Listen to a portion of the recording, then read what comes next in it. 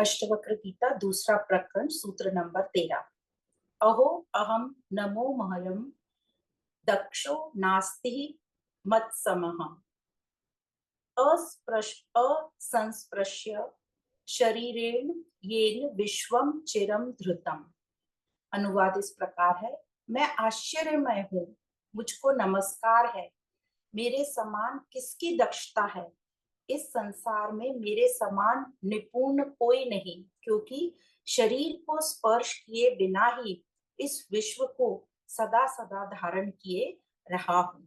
तो कहते हैं जनक, कितने आश्चर्य की बात है कि संसार में मेरे जैसा कोई नहीं। कोई है क्या पूछते? कोई नहीं है, क्योंकि शरीर को मैं स्पर्श भी नहीं कर रहा और पूरे विश्व को धारण किए बैठा हूं। मतलब पूरे विश्व से मैं अलग नहीं हूं, जैसे चित्रकार और चित्र अलग नहीं हो सकते। मतलब ये जगत मुझसे अलग नहीं है। तो ये जो पूरा द्वैत का खेल चल रहा है, वो बार बार हमें बता रहे हैं कि वो द्वैत का खेल पूरे इस उद्गम आधार स्थान पर चल रहा है। तो जो भी कुछ दिखाई दे रहा है मुझे, वो अपना ही प्रक्षेपण है। इसको, ये जो प्रक्षेपण वाला एग्जाम्पल था, इसको हमने भगवत गीता में भी और विवेक चूड़ामणि में भी एक बहुत अच्छे डायग्राम के साथ बनाया था, दिखाया था। वो आज मुझे डायग्राम मिल नहीं रहा यहाँ पे, नहीं तो उसको वापस शो करेंगे। तो बड़े आश्चर्य की बात है कि मैं देह लगता हूँ पर मैं हूं नहीं। ये राजा जनक को बड़ा आश्चर्य हो रहा है कि कैसे हम देह लगते हैं पर हम है नहीं। और जो है, जो देह मुझे दिखाई देता है ऐसा है ही नहीं, मैं शरीर हूं ही नहीं। ऐसा कितनी अजीब सी बात है, जो अभी तक मैं मान के बैठा था शरीर, वो मैं शरीर हूं ही नहीं। और मैं अभी पूरे विश्व को धारण करके बैठा हूं बिना शरीर को छूते हुए। मैं छूता भी नहीं पर दिखता हूं कि मैं शरीर हूं। बड़े आश्चर्य की बात है। ऐसा लगता है कि ये जैसे कि दुनिया मुझसे अलग है। अब बार बार बोल रहा है, ऐसा लगता है पर है नहीं। और दुनिया अलग नहीं बल्कि मुझसे ही है, और ये जगत मुझसे ही है, बार बार बता रहे हैं। मैं ही पूरे जगत को धारण किए बैठा हूं। तो वो ये बता रहे हैं कि कैसी स्थिति होती है एक बार बोध आ जाए तो इससे समझ आता है कि हम भी अपनी ही धारणा धारणा है। क्या धारणा है? कि मैं देह हूं, और ये जो सब जो अलग अलग दिख रहा है, मैं भी अलग हूं। और मैं, क्योंकि मैं देह अपने आप को अलग मान रहा हूँ, देह मान रहा हूँ, तो जो भी कुछ मुझे बाहर दिखाई दे रहा है, ये सब अलग अलग है और सब सीमा में है, श्रम है। मैं सब पर निर्भर हूँ और मैं दुखी हूँ क्योंकि मैं दुर्बल हूँ और दूसरों पर डिपेंडेंट हूँ, निर्भर हूँ। और यही जो धारणा है, इसे कह रहे हैं अष्टवक्र जी कि ये जो दुख है यही नरक है। अब हमें ये समझना पड़ेगा कि दुर्भाग्यवश ये जो हमारी देह की रचना हुई है, ये किस प्रकार रचना हुई है कि प्रकृति ने जो हमें इंद्रियां दी हैं, सब बाहर की ओर देख रही हैं। तो हम पूरे इंद्रियों पर डिपेंडेंट हैं, हम इंद्रियों के दास बने हुए हैं। तो इसीलिए हमें अध्यात्म सिखाता है कि इंद्रियों के दास मत बनो, तुम अपने खुद के स्वामी बनो, अपने मन के राजा बनो। मन के राजा कब बनेंगे? जब हमें अध्यात्म में ज्ञान होगा और हम उस ज्ञान को समझेंगे, उसको जान जाएंगे। तो बार बार हमें बोल रहे हैं, क्यों? क्योंकि सीधा सा लॉजिक है, यदि हम इंद्रियों के गुलाम रहेंगे, क्योंकि इंद्रियां हमें बाहर की ओर दिखाती है, तो जब हम बाहर सब तरफ देखेंगे तो हमें द्वैत दिखाई देगा और हम उस पर डिपेंडेंट रहेंगे कि वो हमें कुछ दे दें, हमें उनसे लालच रहेगा, आशाएं रहेंगी, तो हम उन पर डिपेंड रहेंगे, हमें आसक्ति होगी। तो बार बार कह रहे हैं, और जब ये हमारी आसक्ति जब हो जाएगी और हमें हमारी कामना पूरी नहीं होगी तो हमें दुख होगा। तो इसलिए अध्यात्म हमें सिखाता है कि अपनी इंद्रियों के गुलाम मत बने रहो, तुम अपने खुद के राजा बनो। और जब हमें ये समझ जाता है कि ये जगत मेरा ही प्रक्षेपण है, दूसरा नहीं, मैं इसको, इसका आधारभूत हूँ, फिर जो हमें ये जो खालीपन है, ये बेचारापन है, ये हम उस पर जो निर्भर रहते हैं, वो सब बचता ही नहीं और हमारा दुख हट जाता है। तो हम क्या करते हैं हमारे डेली रूटीन में, हम ऊपर ऊपर से ज्ञान ले लेते हैं और हम अपने को बहलाते रहते हैं, तभी हमारा दुख बार बार सामने आ जाता है, क्योंकि हम इस दुख का ठीक तरीके से इलाज नहीं कर रहे। क्या करेंगे? सेल्फ हेल्प की बुक्स पढ़ेंगे, सेल्फ मोटिवेशन अच्छी है, सब अच्छी चीज है, पर जब हमें सेल्फ ही नहीं पता तो मोटिवेशन का क्या करेंगे? हमें सेल्फ ही नहीं पता तो उससे हेल्प लेके हम थोड़े ऊपर ऊपर से सुपरफिशियली ठीक हो जाते हैं। पर ये अध्यात्म का क्या एम है, पूरा दुख जो हमारा है उसका ठीक प्रकार से जड़ से उसका इलाज करना, उस दुख को दूर करना, मतलब दुख से मुक्ति। पर आम तौर पे दुख दूर करना तो हम क्या करते हैं, सब कुछ ना कुछ मन बहलाने के काम कर लेते हैं। कहीं थोड़ा बाहर चले गए, किसी से फोन पे बात कर ली, कुछ चेंज होने के लिए कहीं घूमने चले गए, थोड़ा शॉपिंग कर लिया, कहीं घूम आए, कोई कॉमेडी शो देख लिया, फोन पे थोड़ा टाइम पास कर लिया। ऐसा हम सभी करते हैं। पर दुख क्यों हुआ इसको हम एड्रेस ठीक प्रकार से नहीं करते, मतलब उस बीमारी को हम ठीक से डायग्नोस नहीं करते। हम खोजते ही नहीं है कि ये दुख क्या है, कहाँ से आया और क्यों हुआ।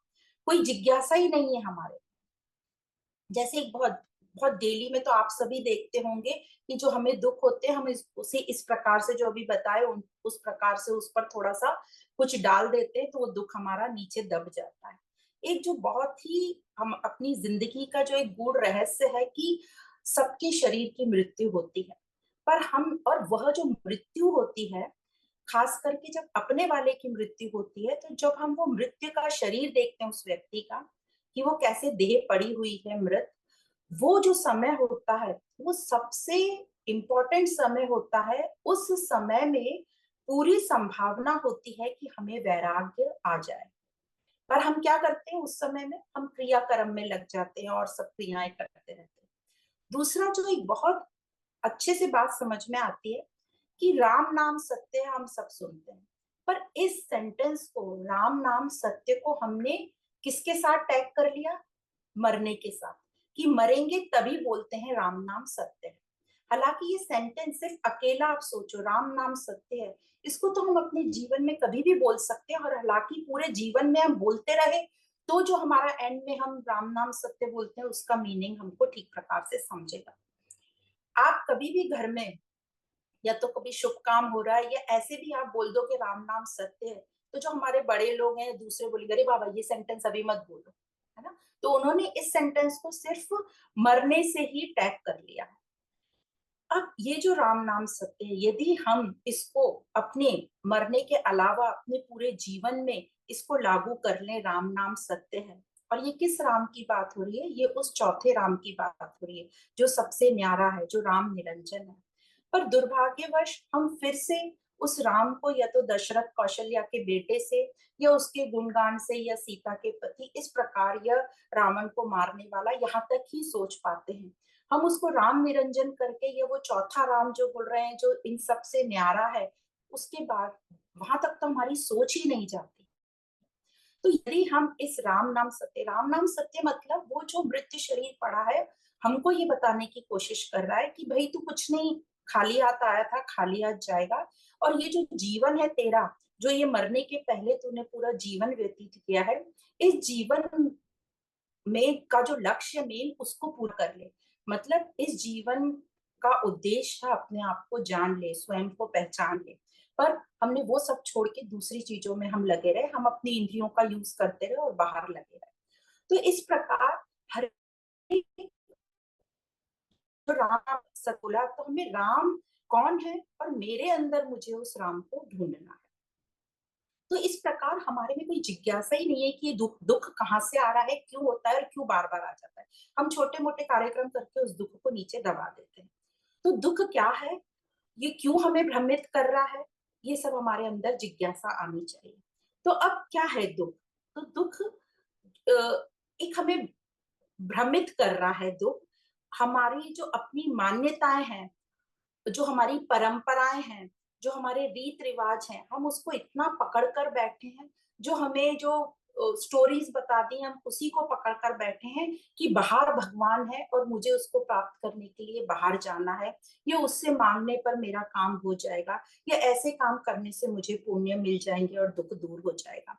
तो इस प्रकार की जो हमने मान्यता मान रखी है, परंपराओं को हमने पकड़ रखा है, धारण करके धारणा बना ली हमने पक्की, हम उसको छोड़ते ही नहीं। हम खुद से कुछ जांच पड़ताल करते ही नहीं, हम कुछ ठीक से अपने शास्त्र पढ़ते ही नहीं। इसलिए हम इन्हीं परंपराओं और धारणाओं में अटके रहते हैं। तो दुख क्या है? भरम में हमारा दुख, क्योंकि अहंकार ही भरम है तो दुख भी भरम होगा।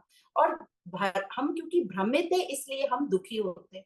क्या भ्रम है हमें कि संसार अलग है, मैं अलग हूँ और मैं अपूर्ण हूँ और संसार मुझे पूर्ण करेगा। तो ये कामना है और हमें पता चल गया अब कि जो संसार है वो मेरा ही प्रक्षेपण है और वो जो मेरा ही प्रक्षेपण है वो मैं ही पूरा नहीं कर पा रहे तो संसार क्या पूरा करेगा। तो हम दुखी होते हैं। तो अष्टवक्र राजा जनक यही बताना चाह रहे हैं कि देखो मुझे, मेरी जैसी दक्षता किसमें है। दक्ष मतलब चतुराई, निपुणता। मेरे जितनी कैपेसिटी किसमें, मेरी जितनी मास्टरी किसमें है, कि मैं थोड़ा सा अपने आप पर व्यंग करते हुए कह रहे हैं कि वैसी किसी में नहीं है। किसमें है पूछ रहे हैं, किसी में नहीं है। मैंने स्वयं को ही मूर्ख बना के रखा है। क्या मूर्ख बना के रखा है कि मैं शरीर हूं नहीं, पर मैं बोल रहा हूं कि मैं शरीर हूं। स्वयं को मैं शरीर दिख भी रहा हूँ, प्रतीत हो रहा हूँ और मुझे जगत प्रतीत हो रहा है। तो जो है ही नहीं जगत, पराया है, उसको मैं कह रहा हूँ कि ये है जगत, है मेरे लिए कितना सत्य है। तो इसी प्रकार अष्टवक्र जी के उपदेश से ही राजा जनक को ये जो ज्ञान हुआ है, तो अष्टवक्र जी कहना चाह रहे हैं कि देखो हम कितने चतुर हैं कि जो हम है नहीं वो भी बनकर हम कितने अच्छे से नाटक कर सकते हैं। बड़ी कुशलता से हम ये नाटक कर रहे हैं कि हम शरीर। तो ये अष्टवक्र जी कह सकते हैं क्योंकि वो तो बोधवान थे, वो तो मुनि थे। वो कह सकते हैं इस बात को क्योंकि वो शरीर में होते हुए भी वो शरीर भाव को छू नहीं रहे थे, उन्हें दुख हो नहीं रहा था। और अष्टवक्र जी कहते हैं कि कैसे हम दक्ष हैं, हम कितने चतुराई से अपने आप को ये स्वांग कर सकते हैं। और दूसरा, हम कितने दक्ष हैं, मतलब कितने चतुर हैं या कितने निपुण हैं कि हम शरीर होते हुए भी इस पूरे जगत को धारण करके बैठे हैं और ये शरीर अछूता है क्योंकि अष्टवक्र जी अभी उस स्टेज पे आ गए। और जब हमें याद आता है, हमारे जैसे लोग के लिए, जैसे राजा जनक को याद आ गया कि मैं कौन हूँ, वो जान गए, अपना स्वरूप जान गए, अपनी सच्चाई को जब उन्होंने सीधा सीधा देख लिया क्लियरली, तो क्या निकला उनके मन से, अहो अहम। आश्चर्य है मुझे कि ऐसे कैसे हो गया। नमो मह्यम मतलब मैं अपने आप को नमस्कार करता हूँ। तो किसको नमस्कार कर रहे हैं राजा जनक? अपने आप को, क्योंकि वो अब आत्म स्वरूप हो गए। तो इस सूत्र में दुख का मूल कारण क्या बताया? द्वैत को बताया है और अपनी दक्षता बताई है कि पूरे जगत को मैं धारण किए बैठा हूँ, शरीर में रहते हुए भी, पर शरीर से मैं अछूता हूँ। तो इस प्रकार सूत्र नंबर ये 13 हुआ।